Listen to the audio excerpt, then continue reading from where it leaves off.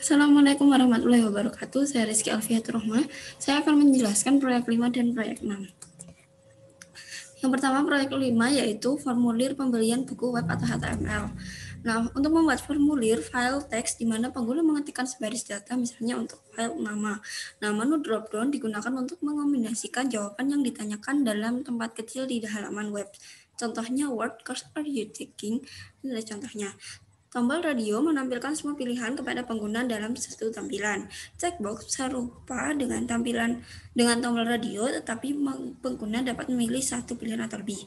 Dan yang terakhir, kotak teks digunakan untuk mengisi komentar. Nah, untuk langkahnya, yang pertama kita mengklik Start, lalu klik Notepad, lalu akan keluar tampilan seperti ini. Nah, setelah muncul tampilan seperti ini, maka langkah selanjutnya adalah memasukkan kode HTML sebagai salah satu syarat membuat web atau mendefinisikan root dari suatu dokumen HTML. Nah, ini adalah kode HTML. Langkah satunya membuat judul formulir dengan masukkan kode HTML. Ini adalah kode HTML yang digunakan. Maka akan keluar tampilan seperti ini, book purchase form. Nah, langkah selanjutnya adalah membuat kolom dan nama dan alamat email.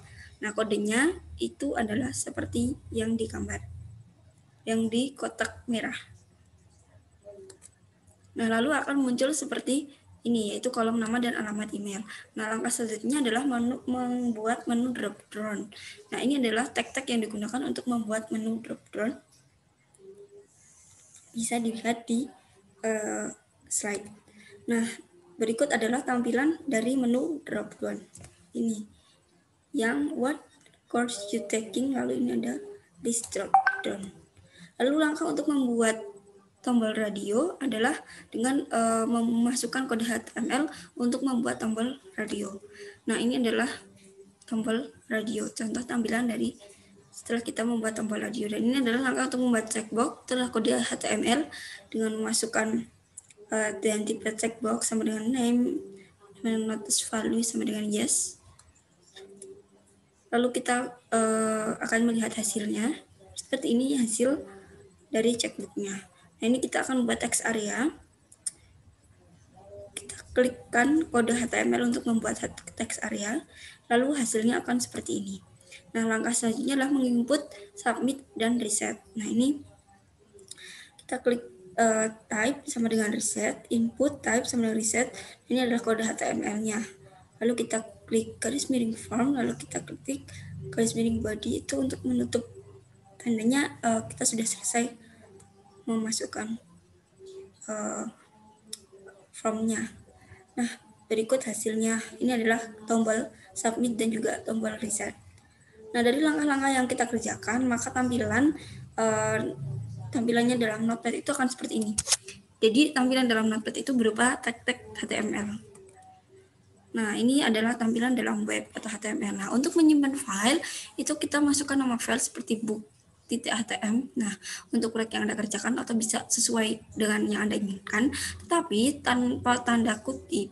Jadi, ini tanda kutip itu menandakan nama ya, bukan kita ketik dengan tanda kutip. Nah, jenis file yang dipilih adalah save as type, lalu kita pilih all files sebagai jenis file, maka halaman web tidak akan bekerja.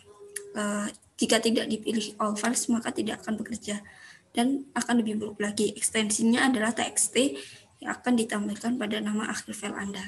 Nah, untuk membuka file itu cukup mudah. Kita buka browser web, lalu pilih file, lalu open file, lalu klik nama file.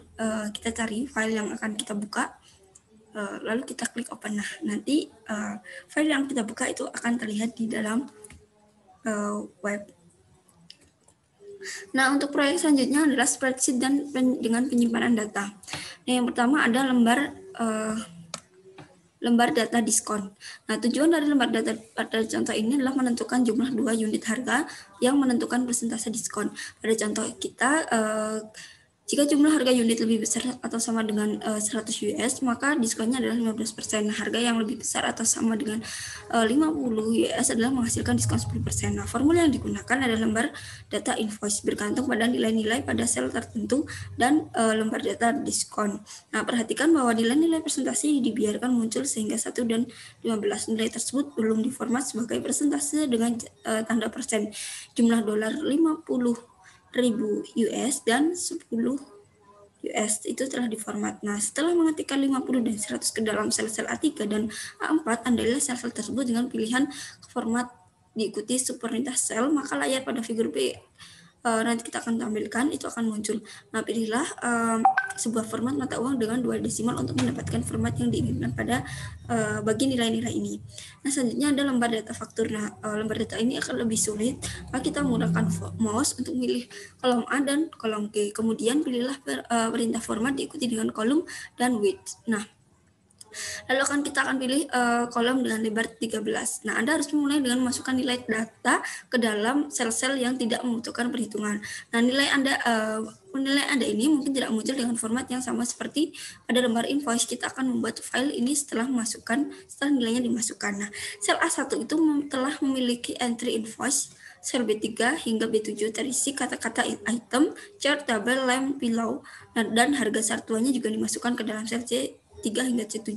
Lewati kolom D. Nah, nilai-nilai ini akan dihitung kemudian. Masukkan unit ke dalam sel E3 hingga E7. Dan juga masukkan kata diskon dalam sel D3. Dan accepted price dalam sel F3. Masukkan masing-masing total, memondu, date, dan juga dalam sel G8, F9, dan G10. Nah, kita ingin meletakkan teks di tengah-tengah sel A1 hingga sel A13.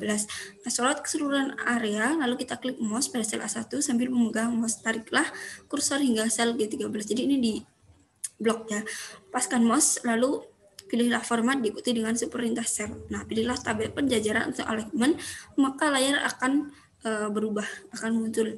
Nah, nilainya akan berada di titik tengah. Nah, ini untuk memformat sel hingga terletak di titik tengah.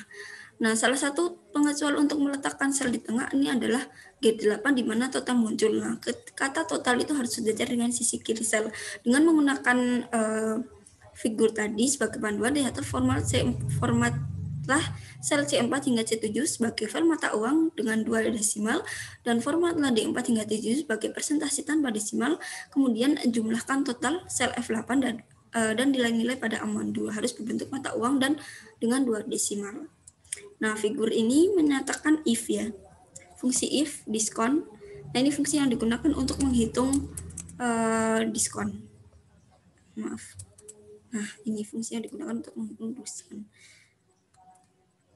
Nah, ini adalah menampilkan, nah, harga keseluruhan adalah per unit dikalikan dengan 1, lalu dikurangi diskon dikalikan dengan jumlah unit yang dibeli. Nah, tanggal saat ini ditempatkan dalam sel G11 sebagai fungsi Excel itu sama dengan no tanpa tanda kutip. Sel G12 adalah sel G11 ditambah 30, sedangkan sel 13 adalah sel G1 ditambah 60. Tanggal diformat menjadi bulan, hari, tahun, tanpa jam, menit, ataupun detik yang ditampilkan. Nah, pada figur 64 akan menampilkan layar di mana format untuk sel-sel ini akan terjadi. Nah, saat set sel yang terakhir F13 hingga G13 mencerminkan nilai waktu dari uang atau time value of money. Nah, ketika membayar faktur, nah jumlah yang harus dibayarkan hari ini dalam sel F11 adalah jumlah harga keseluruhan dikurangi masukkan sama dengan F8 ke dalam sel F11. Nah, setelah 30 hari jumlah terutang adalah 101% dari total. Setelah 60 hari yang terutang maka adalah 103%. Nah, total masukan adalah F sama dengan, kita klik sama dengan F8 kali 1,01 ke dalam F12. Lalu kita klik jumlahnya juga di sel F13 yaitu F8 kali 1,03. Nah, ini figur ini menampilkan layar yang dihasilkan oleh perintah kata format atau lalu kita subperintah sel, lalu klik font, lalu jika Anda dapat membuat judul kolom dalam huruf tebal atau mengubah ukuran kata pada invoice. Jadi ini untuk mengubah fontnya. Jadi fontnya itu terserah sesuai yang kita inginkan. Yang paling menarik. Nah, itu saja yang dapat saya sampaikan. Apabila banyak kesalahan, saya mohon maaf. Sekian dari saya. Wassalamualaikum warahmatullahi wabarakatuh.